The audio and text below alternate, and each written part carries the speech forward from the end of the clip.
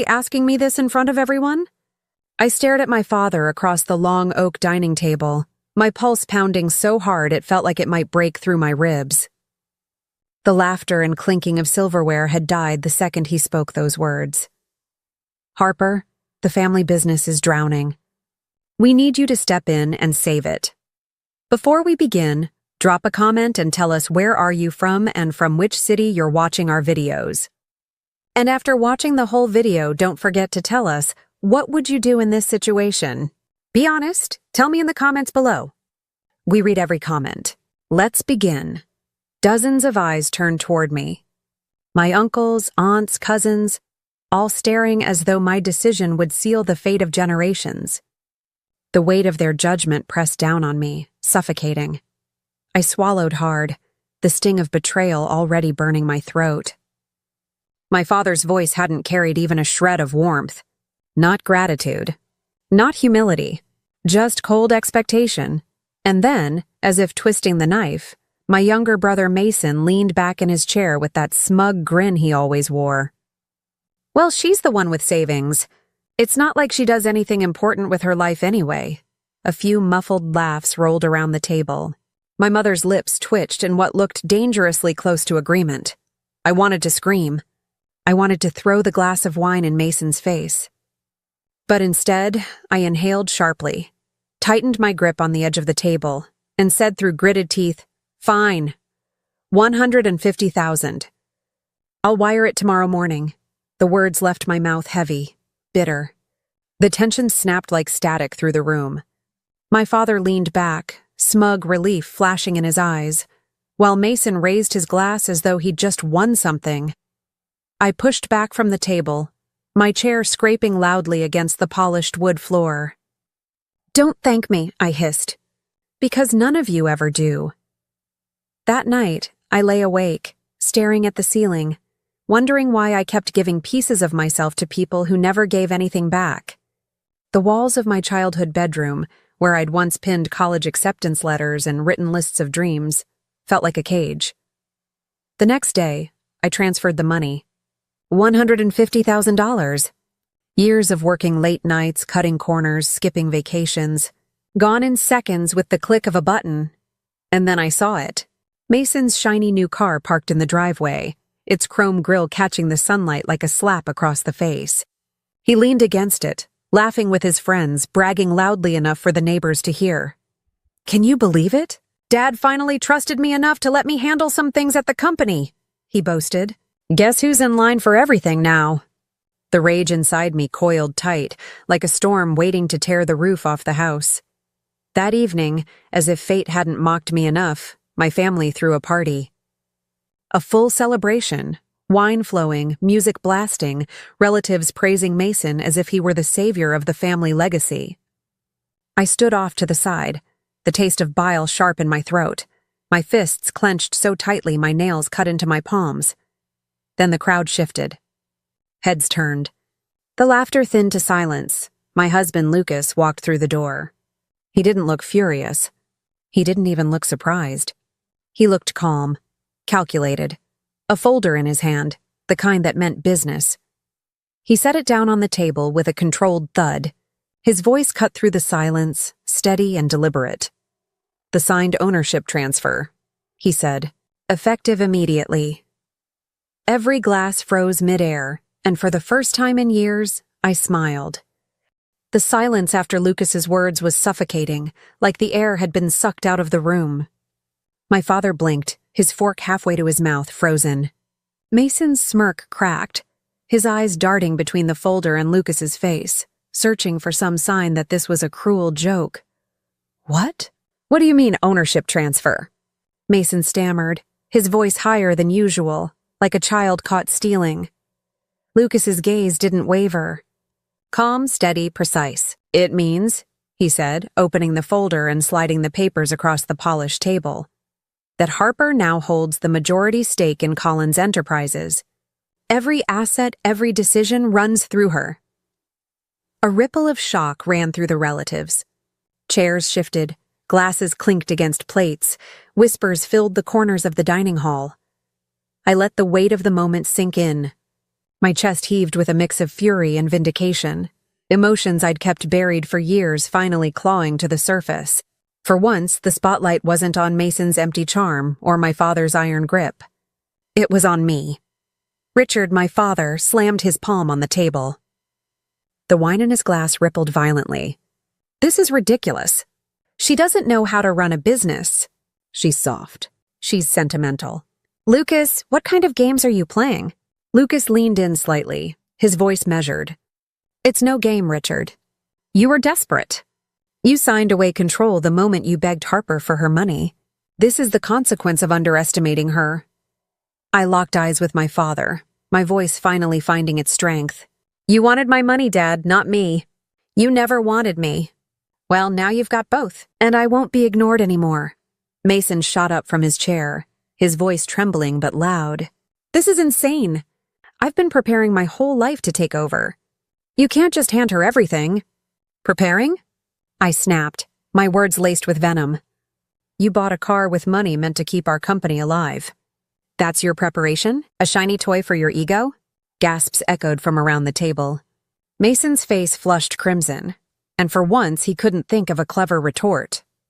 His lips parted, then sealed shut, his chest heaving in shallow bursts. Elaine, my mother, finally spoke, her tone sharp but fragile. Harper, don't do this. Your father has worked so hard for this business. Mason, he's young, yes, but he has potential.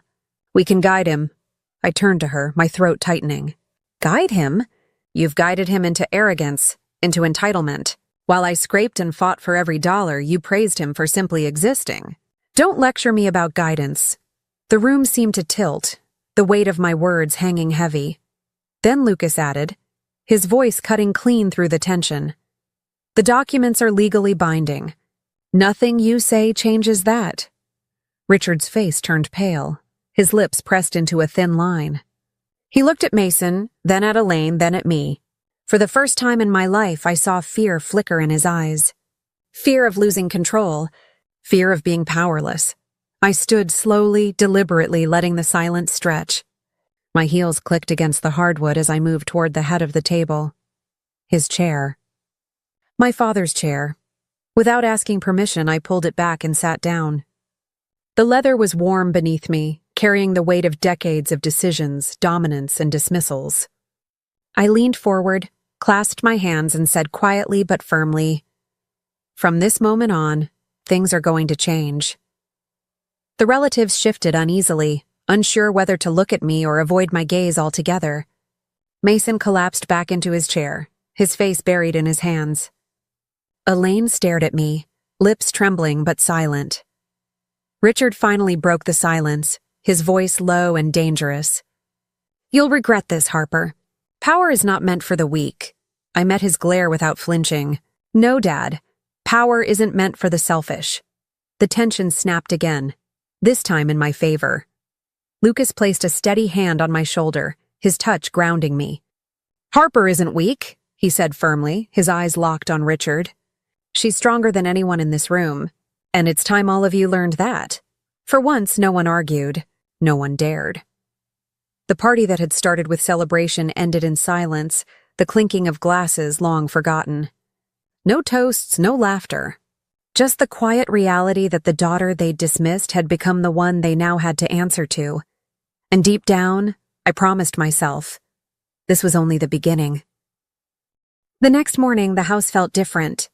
The walls that once echoed with Mason's bragging and my father's booming authority now hummed with an uneasy quiet. I could feel eyes on me as I walked through the kitchen, relatives whispering in corners, cousins avoiding my gaze.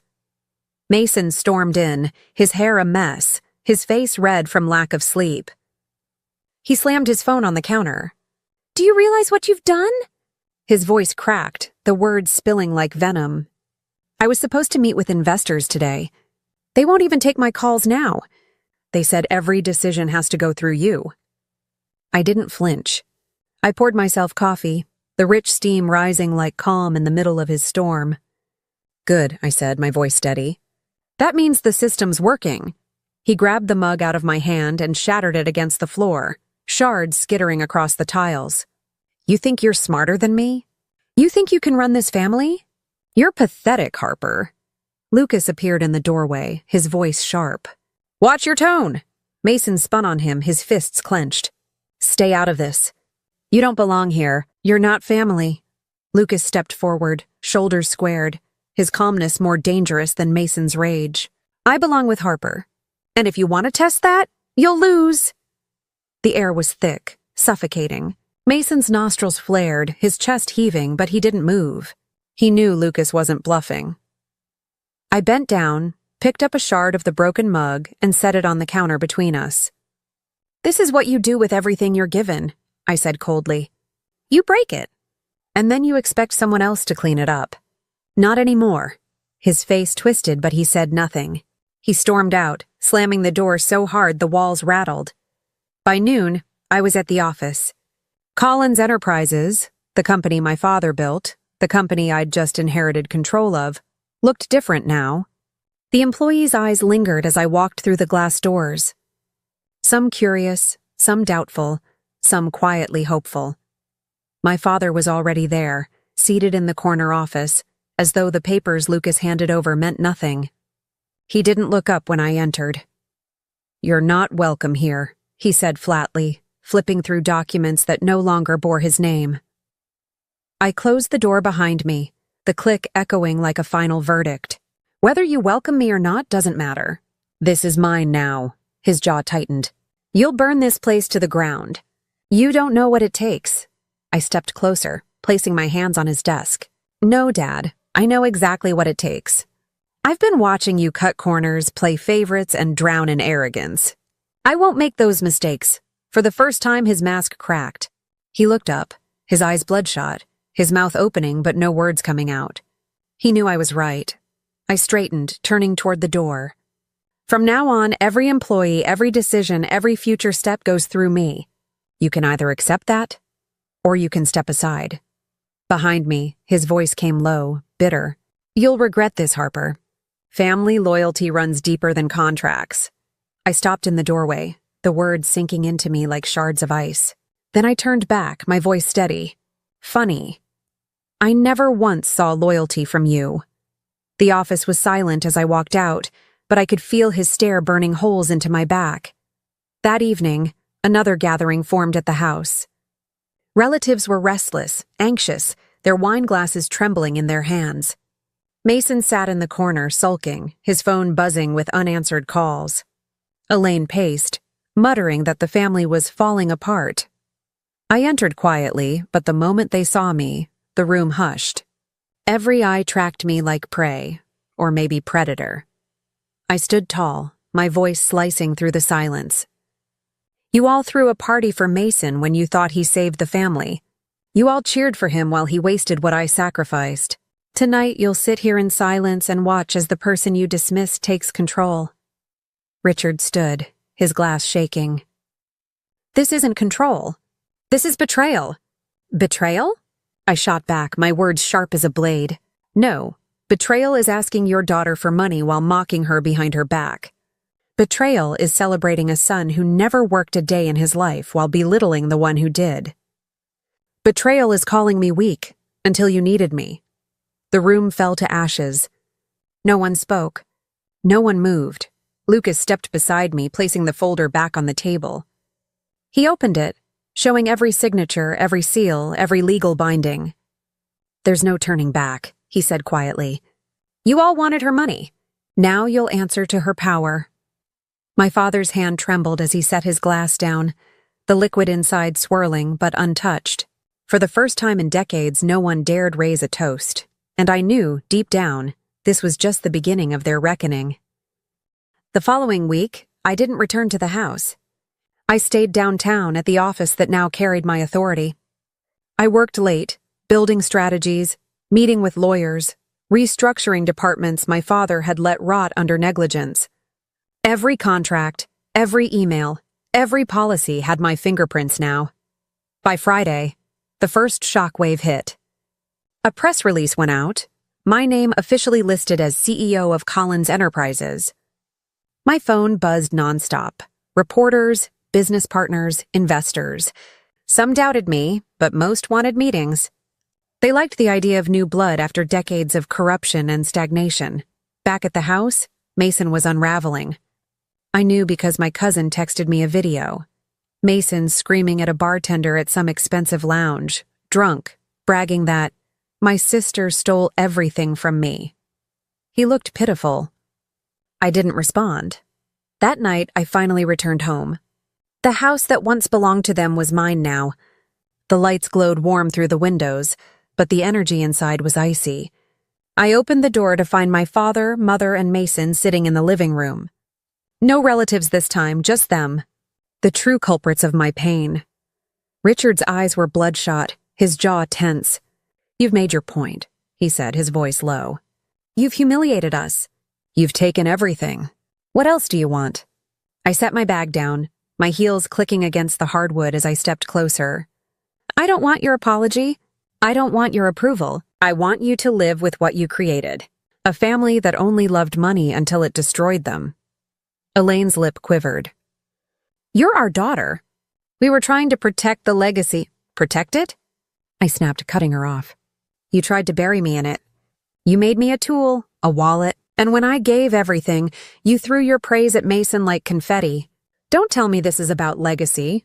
This is about your pride." Mason shot up, trembling with rage. "You think you're better than us now? You're nothing without us." I turned slowly, my gaze locking on him, steady as steel. "No, Mason, I was nothing with you." The words landed like a blade. He staggered back, his fists clenched but useless. Lucas stepped through the doorway then, carrying another folder. He placed it on the coffee table with deliberate calm. "This," he said, "is the final piece. Harper now owns the house, the vehicles, the estate, every asset tied to Collins Enterprises. Everything is hers. You have nothing left to gamble with." Richard's face went white. Elaine gasped. Mason's eyes widened, then narrowed, like a cornered animal. "You wouldn't," Richard whispered, shaking his head. I stepped closer, my voice sharp. "I already did. You signed the papers yourself, Dad. You were too desperate to notice. And now, the empire you thought would belong to Mason belongs to me." The silence was deafening. Elaine collapsed into the couch, covering her face. Mason cursed under his breath, pacing like a trapped wolf. Richard stared at me, his lips trembling, the image of a man watching his world turn to dust. Finally, I said the words I'd carried for years. "You called me weak. You dismissed me. You made me feel invisible. But tonight you'll remember this. I'm the one who saved you when you asked. And I'm the one who ended you when you mocked me." Richard's glass slipped from his hand, shattering against the floor. No one rushed to clean it up. I turned toward the door, Lucas by my side, his steady presence grounding me. My voice carried one last time over the room. "From this moment forward, I'm not your daughter. I'm your consequence." And with that, I walked out, the sound of my heels striking the floor echoing like a closing chapter. The night air outside was sharp, alive, filled with freedom. For the first time, I wasn't weighed down by their judgment. For the first time, the power was mine, and I wasn't going to waste it on revenge alone. I looked at Lucas, his calm smile catching the glow of the porch light. "This is just the beginning," I whispered. He nodded. "Then let's build something better." Behind me, the house was silent. Inside, the family that had laughed at me was crumbling under the very silence they once forced on me. And for the first time in years, I could breathe. The girl they underestimated was gone.